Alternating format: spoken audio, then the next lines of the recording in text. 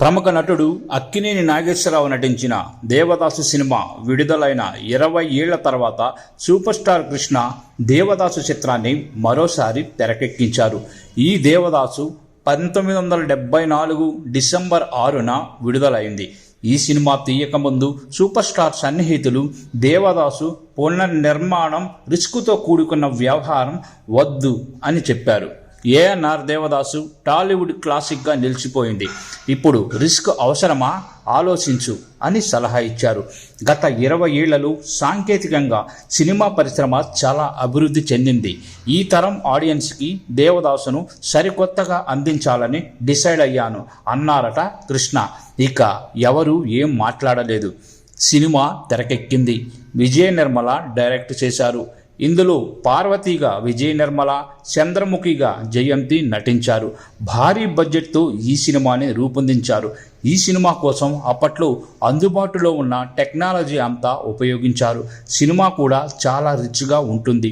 Colour cinema, మంచి పాటలు, ఆకట్టుకునే సన్నివేశాలున్నాయి. ఇంతవరకు బాగానే ఉంది. కృష్ణ దేవదాసు విడుదల సమయంలో అక్కినేని దేవదాసు సినిమా కూడా మళ్ళీ విడుదలైంది.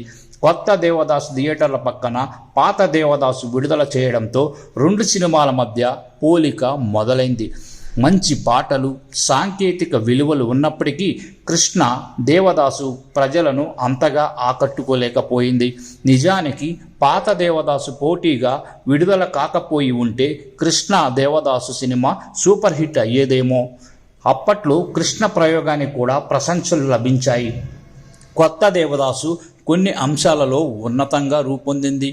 ఆత్రేయ మాటలు, ఆరుద్ర గీతాలు, వాటిలో సాహితీ విలువలు, ఆ గీతాలను రమేష్ నాయుడు స్వరపరిచిన విధానం చిత్రానికి ప్రత్యేకతను చేకూర్చాయి. విఎస్ఆర్ స్వామి కొన్ని సన్నివేశాలను అద్భుతంగా తెరకెక్కించారు.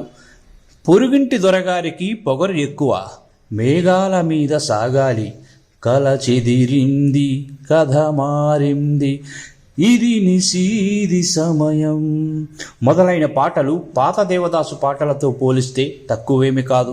తెలుగుదనంతో సంగీత సాహిత్యపరంగా పాటలన్నీ ప్రేక్షకులను అలరించాయి. సినిమాకు మిక్స్డ్ టాక్ వచ్చింది. నిడివి ఎక్కువైంది. తగ్గించమని సూచనలు రావడంతో ట్రిమ్ చేశారు.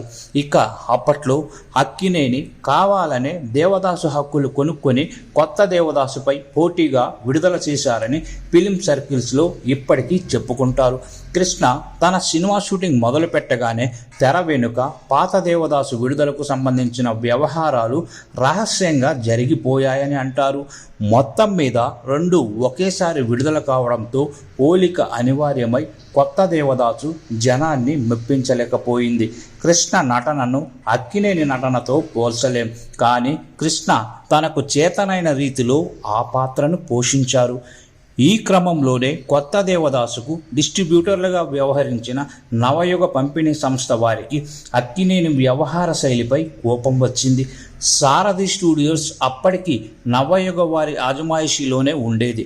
కృష్ణ దేవదాసుని దెబ్బతీసేందుకు అక్కినేని ప్రయత్నించారని నవయుగ యాజమాన్యం నమ్మింది. అప్పటికప్పుడే అక్కినేని నటించే సినిమాలకు స్టూడియో ఇవ్వకూడదని నవయుగ పంపిణీ సంస్థ వారు నిర్ణయం తీసుకున్నారు. అక్కినేనికి ఇది పెద్ద షాక్. ఈ క్రమంలో అక్కినేని తన షూటింగ్లన్నీ బెంగుళూరుకి తరలించుకున్నారు. ఆ తర్వాతనే అన్నపూర్ణ స్టూడియోని నిర్మించారు. అప్పట్లో ఏఎన్ఆర్ని జర్నలిస్టులు దేవదాసు రిలీజ్ విషయం అడిగినప్పటికీ ఆయన సూటిగా జవాబు చెప్పలేదని అంటారు. అక్కినేని అప్పుడు అలా ఎందుకు వ్యవహరించారో తెలియదు. కానీ సూపర్ స్టార్ ఏది మనసులో పెట్టుకొని కక్ష సాధించే రకం కాదు. 1979లో విజయకృష్ణ పిక్చర్స్ బ్యానర్పై హేమా హేమీలు చిత్రంలో అక్కినేని ప్రధాన పాత్రలో పెట్టి కృష్ణ సినిమా తీశారు. That is super star. Devdas cinema యూట్యూబ్లో ఉంది. చూడని వారు చూడవచ్చు.